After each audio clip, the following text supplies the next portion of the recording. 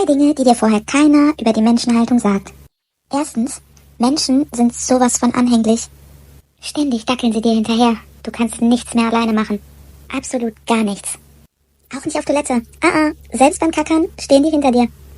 Zweitens, Menschen sind schwer erziehbar. Die meisten verstehen kein Nein. Meine zum Beispiel steht jeden Abend vor meinem Bett und ich sage ihr, nein, Schluss, geh ab. Sie hört nicht.